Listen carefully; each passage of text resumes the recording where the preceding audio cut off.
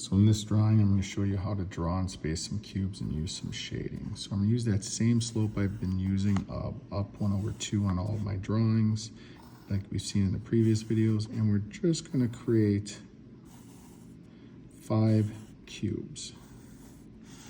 So you can see again, I'm using that same process of up 1/2.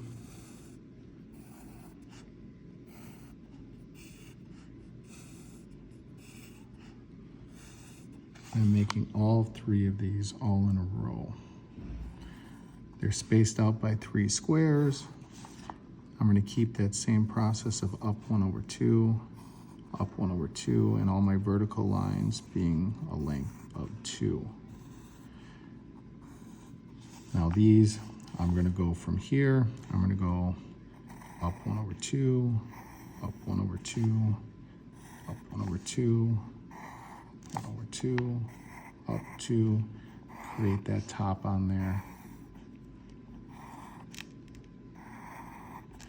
So again, I'm going to space here, and I'm going to go up 1/2, up 1/2, vertical 2 at each of my points, up 1/2, up 1/2, up 1/2.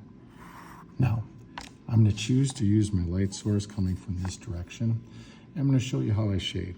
I take the side of my pencil here and I put down just a little bit of graphite where I want to be. And an area is lighter shaded coming from the light source.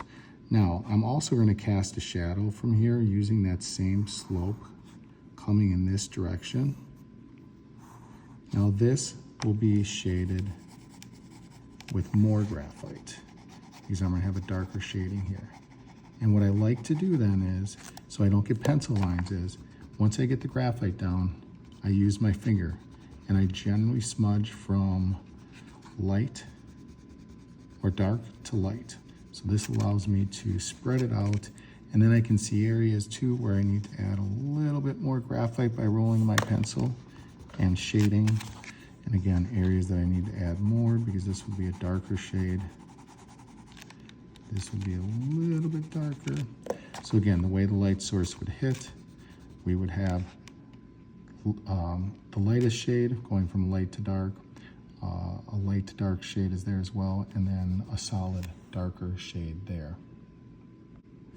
Now again, you can just see some basic shading techniques using our fingers to spread out, going from our light to dark shadows for an isometric drawing for engineering.